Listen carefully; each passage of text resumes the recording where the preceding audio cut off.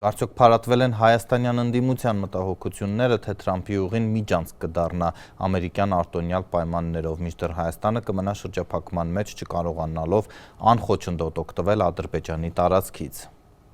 Կարդացել եմ այն փաստաթուղթը համատեղ հայտարարությունը, որը ստորագրվել է։ Եվ այս փաստաթուղթը կարդալով մեր մտահոգությունները ոչ միայն չեն փարատվել, այլ ավելի խորացել են։ Մասնավորապես, երբ օգոստոսի 8-ին ստորագրվեց հայ-ադրբեջանական փաստաթուղթը, որ այս իշխանությունները փորձում են ներկայացնել որպես եռակողմ փաստաթուղթ, մենք ինչ ասեցինք, ասենք լավ, եթե բացվում է ճանապարհը, միջանցքը, Ադրբեջանը կապվում է Նախիջևանի հետ,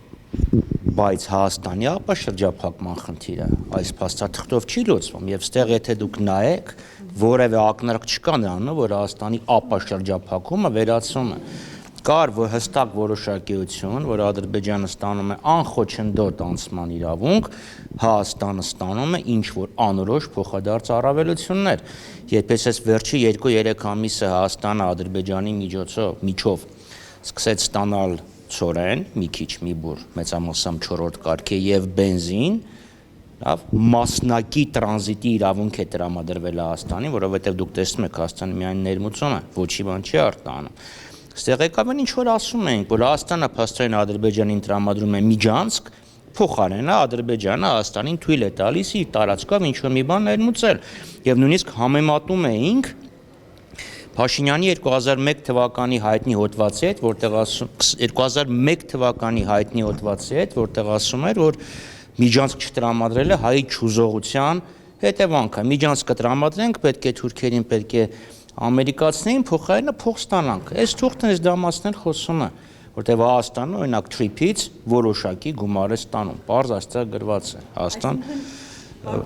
վերջացնեմ էլի գաղափարս, լավ 1000 ներողություն եմ խնդրում։